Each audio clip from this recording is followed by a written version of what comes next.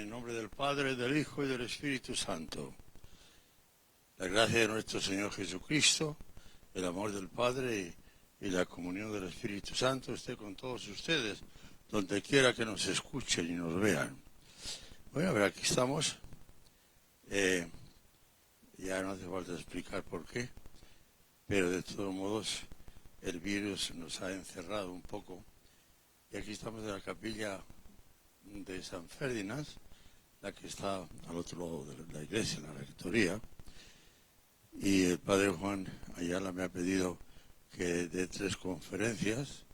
La primera es hoy, la otra será el miércoles que viene y la otra el Viernes Santo. ¿Cuándo?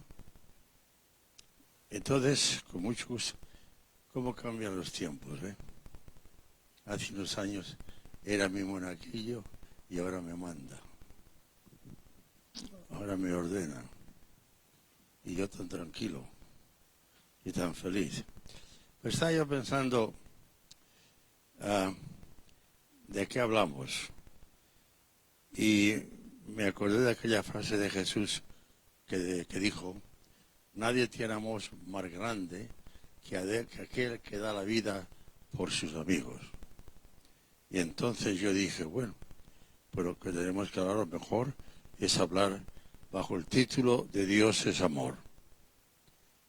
En la Semana Santa y la preparatoria como ahora, las semanas en que más resalta el amor de Dios que a nosotros, que en todo el año, pero especialmente en Navidad vemos a ese chiquitín que está ahí naciendo por nosotros, hecho un niño, el Todopoderoso, el Todo Sabio, que no sabe dónde está, y que si no hubiera sido por la Virgen, su madre, como nosotros cuando nacemos no sabemos ni mamar a nuestra madre.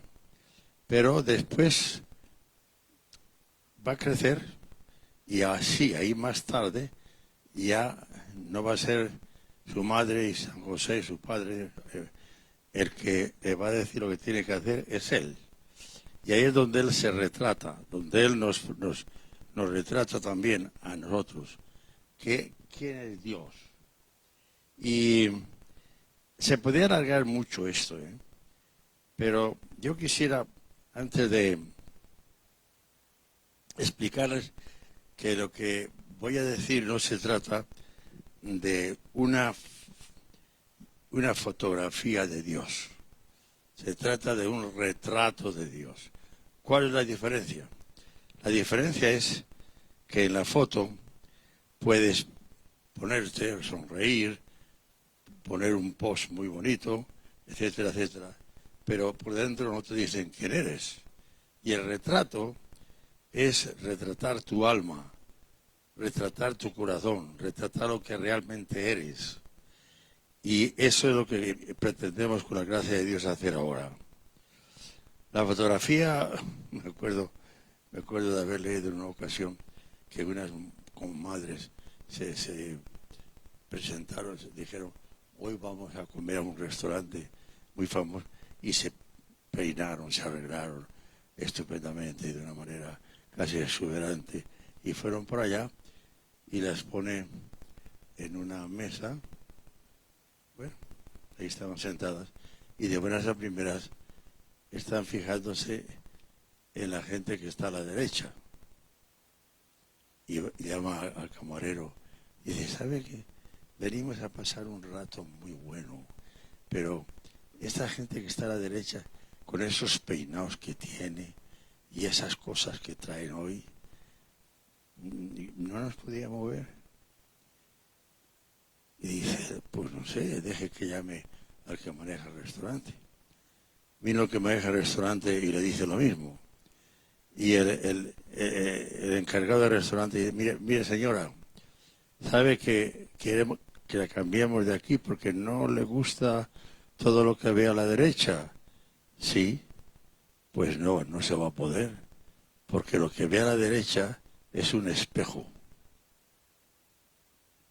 Ellas mismas se estaban mirando y no se gustaban. Eso es la fotografía. El retrato no, el retrato es el interior, el alma, el corazón. Antes de venir Jesús, Abraham vino unos 4.000 años antes, todos los pueblos han creído en un ser supremo. Todos los pueblos. Algunas veces es grotesco, otras veces es un Dios natural. Me acuerdo que cuando andaba yo por Roma, que en Brasil hicieron lo que se llama transmazónica, una carretera desde Brasilia hasta Belén. No había entrado nadie por aquella selva y encontraron gente que no conocían nada de nada. Trajeron a unos oblatos de Bélgica que eran antropólogos y vinieron a estudiar. Esa gente que no había oído nada de nadie, que estaban en la mitad del corazón de Amazonas, tenían en el medio un árbol enorme a quien sacrificaban los animales, le ponían flores, etcétera, etcétera. O sea, ellos se dieron cuenta que necesitaban algo y fue un árbol de esos tremendos, extraordinarios en Amazonas. Todos necesitamos. Aquí todas las civilizaciones, por muy cultas, y fueron muy cultas, incluso lo vemos aquí en América, vemos a los aztecas, a los incas, que tuvieron unas civilizaciones extraordinariamente avanzadas para aquel tiempo, y sin embargo, y tenían sus dioses. Pero claro, eran unos dioses, ¿para qué detenerme en eso? No vale la pena. Unos dioses grotescos algunas veces, ¿no? Ahí debajo del Zócalo, en México, los arqueólogos mexicanos han descubierto, debajo de la catedral, han descubierto unos altares en los cuales sacrificaban víctimas. No ha habido civilización que no haya sacrificado seres humanos a sus dioses. E incluso sabemos en el Antiguo Testamento lo que pasó con Abraham. Y algunos que son, cuando Dios dice sacrifica a tu hijo, algunos expertos, seriamente, católicos expertos, exégetas, dicen que quizá eso no sucedió físicamente, pero lo puso ahí el agiógrafo, el escritor, para parar sacrificios incluso en el judaísmo. Y sabemos, por ejemplo, el caso de Jefté, que va a luchar contra los enemigos de Israel y hace una promesa un poco atrevida. Te pido, Dios, a nuestro Dios, al Dios de Abraham, te pido, Dios, que si me ayudas, te sacrificaré lo primero que vea cuando venga a la ciudad.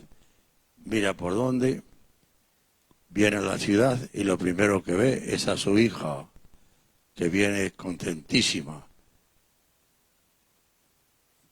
Dios santo, hija, ¿qué haces aquí? Pedí a Dios que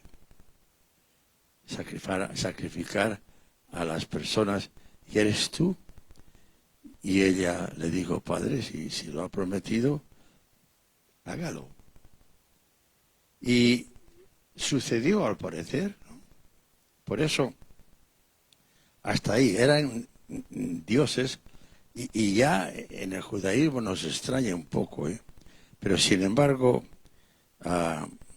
no nos debe extrañar porque en la carta a los hebreos nos lo explica muy bien cuando dice, de muchos modos y de muchas maneras Dios habló a la gente de una manera incompleta.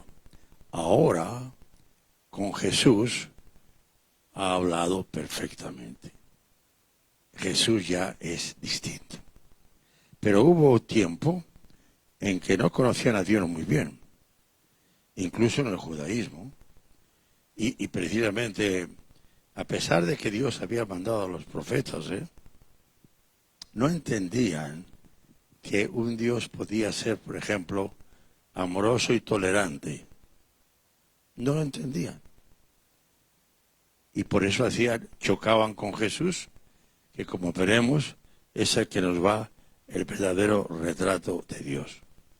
Chocaban con él, porque Jesús nos retrató un Dios tolerante, amable, paciente, un Dios amor.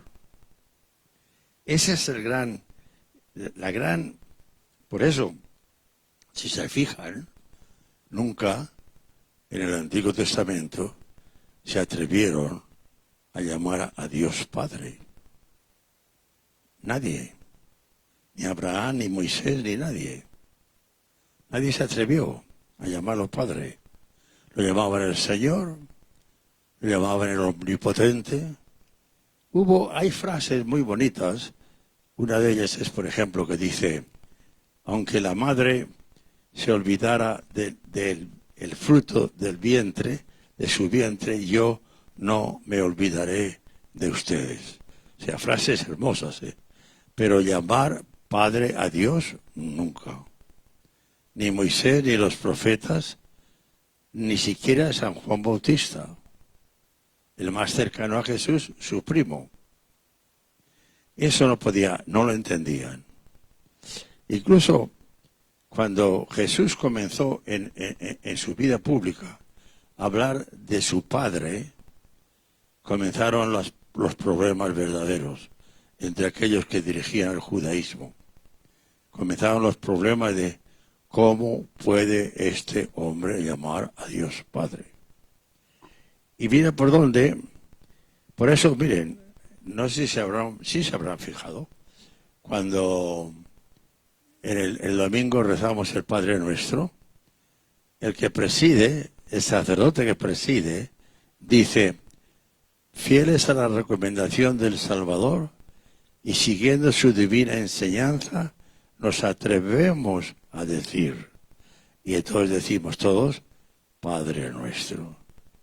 Nos atrevemos a decir, siguiendo las enseñanzas de Jesús, no antes. Ahí estamos ya en el corazón de la revelación de Jesús. Dios es todopoderoso, Dios es omnipotente, Dios es todo sabio, Dios es todo lo que quieran, pero sobre todo es Padre. Y lo interesante es que la única oración que compuso Jesús, ¿cómo comienza? Con la palabra Padre. Podía comenzar con la palabra Juez nuestro o Creador nuestro, Padre. Y los entendidos en la lengua, en lenguas semíticas, las que hablaban en tiempo de Jesús, dicen que realmente lo que Jesús dijo no es Padre, es papá o papacito, lo más cariñoso.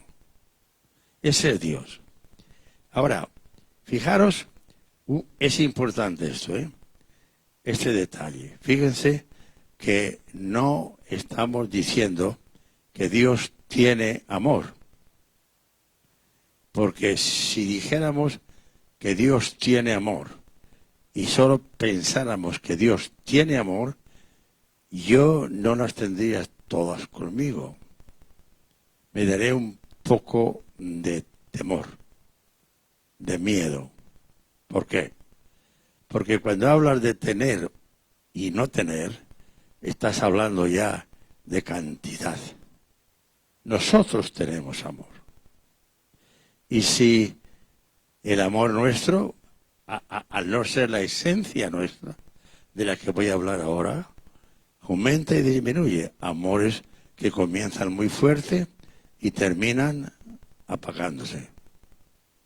Por eso Jesús no dijo, Dios tiene amor, sino que dijo, Dios es amor. La esencia de Dios es amor. ¿Qué es la esencia? La esencia es aquello que constituye a una persona o a una cosa lo que es. Por ejemplo, el micrófono que tengo yo en mi mano. ¿Cuál es su esencia? Su esencia es transmitir mi voz. Si, por ejemplo, fallara eso, ya este micrófono no sería micrófono, porque su esencia es transmitir.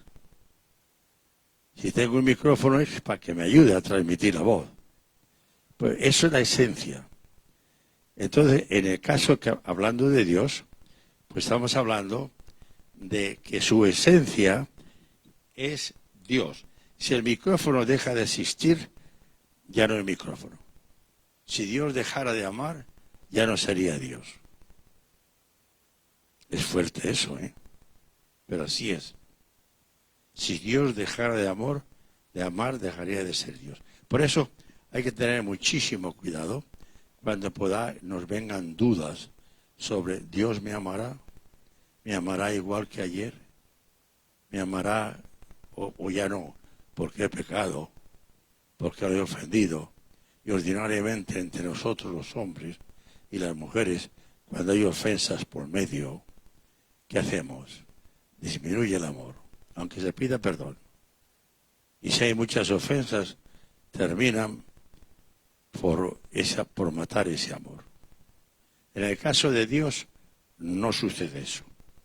Por eso, que a nadie se le ocurra pensar que Dios te deja de amar porque has cometido pecados. En la segunda parte de estas conferencias voy a seguir este tema, pero rastreando las parábolas. El hijo pródigo, por ejemplo, que es el retrato de Dios más puro, porque el mismo Jesús lo hizo. Vemos que Jesús, por ejemplo, vemos que el padre deja de amar al hijo porque se fue de la casa con poca vergüenza. No. Es porque es Dios, porque es amor. Ahora,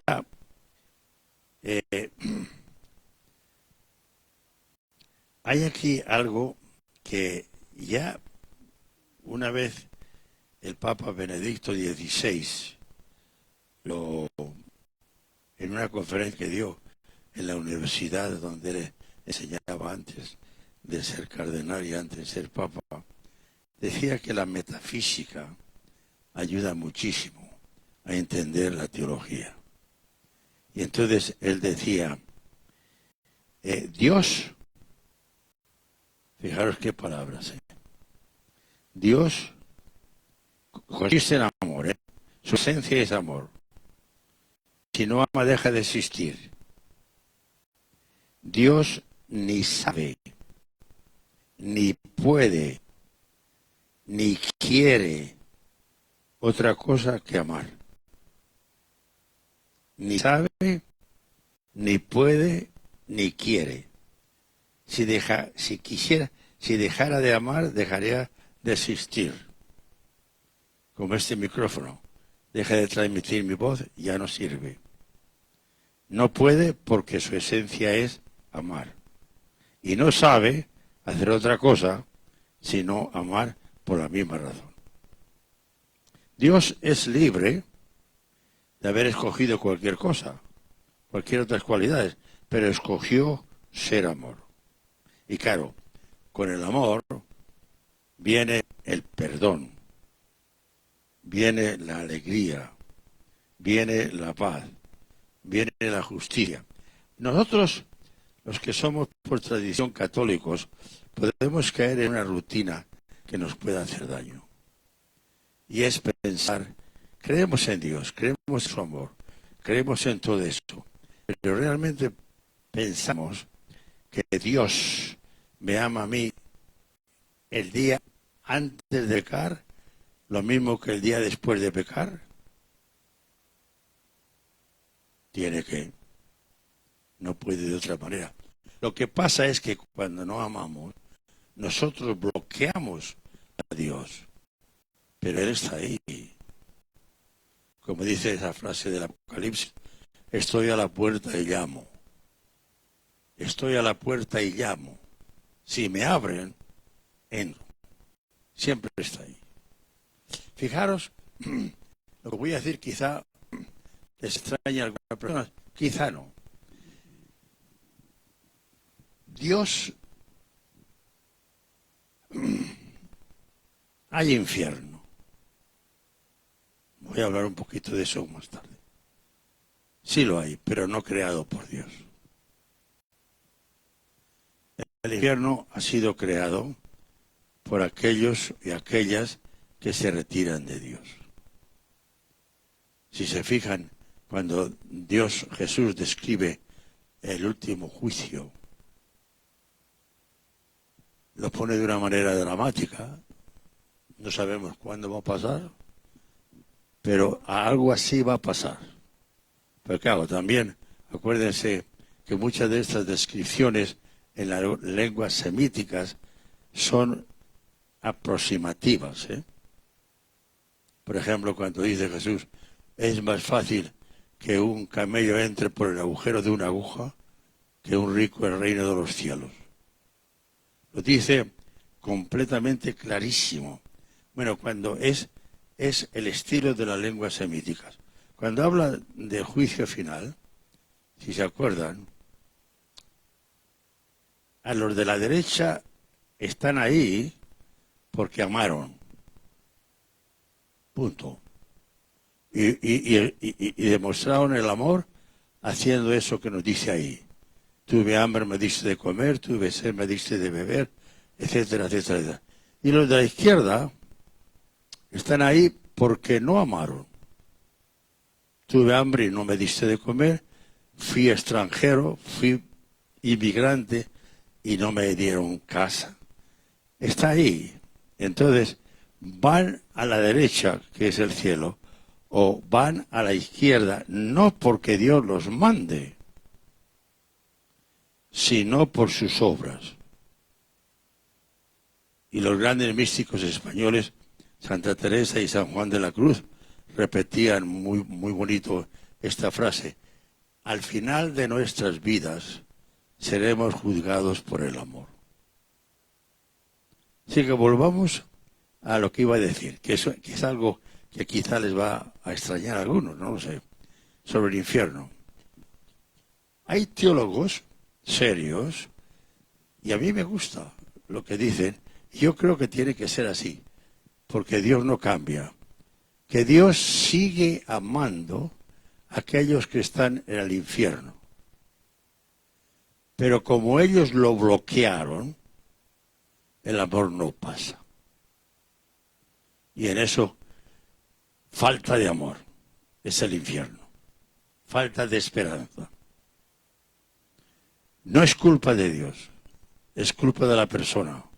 Decía Dante en su Divina Comedia que encima de la puerta del infierno hay un letrero que dice: todos los que entran por aquí pierdan la esperanza porque nunca serán amados. Es terrible eso, ¿eh? ¿Pero por qué? ¿Por Dios? No. Porque esas personas no quisieron amar o no supieron, y esto fue lo que les lleva a donde está Él. Pero Dios, ¿existe el infierno? Sí existe, pero no creado por Dios. ¿Ustedes crearían un infierno para un hijo suyo? Por muy rebelde que fuera, no lo iban a crear. Dios no puede crear el infierno porque su esencia es amor. Entonces, vamos concluyendo, atando ya velas. Estamos ante un Dios que es amor, no tiene amor, es amor. Por consiguiente, no nos es lícito, y es castigarnos a nosotros mismos, y es mortificarnos a nosotros mismos cuando dudamos de si Dios me ha perdonado. Que le puede suceder a ustedes y a mí. Hemos confesado algo mal que hemos hecho. Y enseguida nos viene la duda, pero Dios me habrá perdonado. Porque claro, entre nosotros es lo que pasa. Y tenemos esa famosa frase: perdono, pero me acuerdo. Perdono, pero no olvido. La famosa frase. Eso no existe en Dios. Muriendo en la cruz, Jesús nos enseñó que eso es auténtico y ese es el Dios que tenemos con nosotros. Un amor que es un Dios que es Padre, sobre todo Padre y ante todo Padre. Un Dios que no castiga, nos castigamos nosotros. Ahora, no hay tiempo para desarrollar este punto que voy a tocar. En el Antiguo Testamento vemos, sí, fue un tiempo muy distinto. El Antiguo Testamento terminó con Jesús. Pero lo que nos importa, cuando leamos, voy a aprovechar para decir esto, cuando leamos en el Antiguo Testamento y hay algo que nos choca con las enseñanzas de Jesús, eso no es de Jesús. Nos choca. Eso no lo haría Jesús. Eso no lo diría Jesús. Quiere decir que eso existió de alguna manera, pero no sabemos cómo. Y por eso la carta a los Hebreos dice: de muchos modos y de muchas maneras imperfectas habló Dios a la humanidad hasta que vino por su Hijo y nos amó perfectamente en su persona. Así que en estos tiempos, en estos días de Cuaresma, y ahora que estamos sufriendo este azote del corona, tenemos que, sobre todo, asentarnos en esta verdad. Hay algo en el mundo, o hay algo en mi vida, que no me gusta, que me lleva por el purgatorio, o me lleva por el infierno, en el sentido figurativo de la palabra. No es de Dios. No es de Dios. Como dije ayer en la misa, en la homilía de la misa, eso es causado por las causas segundas que decían los teólogos. Causa primera es Dios, no causa eso. No puede causar mal, no puede causar castigo, no puede, porque su ser es amor, su esencia es amor. Y voy a repetir esto: si Dios, imposible, pero quizá para que se nos meta dentro, si Dios dejara de amar, dejaría de ser Dios. Yo dejo de amar y dejaría de ser un hombre miserable, pero seguiría siendo hombre. Pero Dios deja de amar y desaparece Dios. Como dije antes, este micrófono deja de transmitir la voz y ya no el micrófono. Dios es amor. Fijaros, vamos a ver la próxima semana cuando hablemos de la parábola. El retrato de Dios, el verdadero retrato de Dios, es el hijo pródigo. El hijo pródigo, ahí él se autorretrata. Vamos a ver, decía Goethe, el famoso escritor alemán, católico él, uno de los grandes escritores del mundo, decía: yo daría todos los libros que escribí por componer una parábola como la del hijo pródigo. Ahí Dios se autorretrata a través de Jesús. Tenemos otros muchos en los evangelios de Jesús. Si se dan cuenta, Jesús no sabía hacer nada más que amar. Y hay los famosos: hay de ustedes, hay de vosotros, que son como unos 7, 8, no tuvo remedio que hablar así contra aquellos hombres que estaban ciegos, pero eso porque por el bien de ellos. Pero ustedes miren, el Evangelio de San Lucas es el que mejor retrata a Jesús, pero ustedes miren y verán quién es Jesús a través del Evangelio, a través de las parábolas, a través de su vida. Y ahora, para que no nos quede ninguna duda, muere en la cruz, lo vamos a ver morir en la cruz, ¿y qué hace? La primera palabra de las 7 últimas, que como se dan cuenta no es una palabra, cada palabra es una sentencia, pero se llama así, las 7 palabras. ¿Qué dice? Perdónales, Padre. Ya sería mucho, ¿eh? Decir perdónales, Padre, ya sería mucho. Pero no se queda ahí, sino que dice, perdónalos, Padre, porque no saben lo que hacen. La gente no sabía lo que hacía. Pilatos no sabía lo que hacía. Político como era, cobarde, inocente y castigarlo. Pero los jefes judíos, que fueron los causantes realmente de la muerte de Jesús, sabían lo que hacían.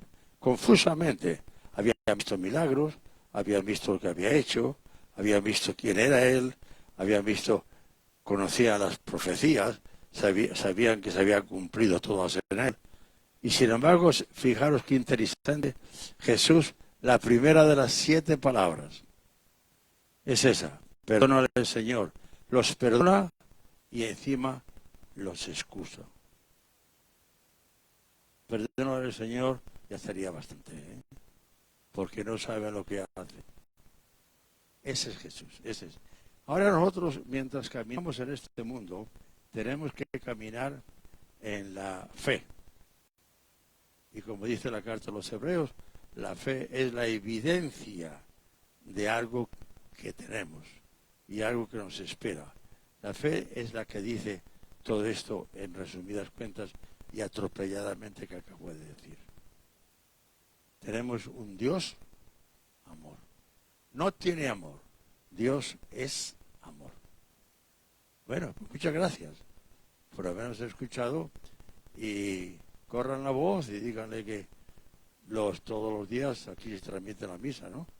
En inglés y en español. Y un servidor estará con ustedes, si Dios quiere, el próximo miércoles. Y después el Viernes Santo, hablando un poquito de la Virgen. Buenas noches y Dios les bendiga.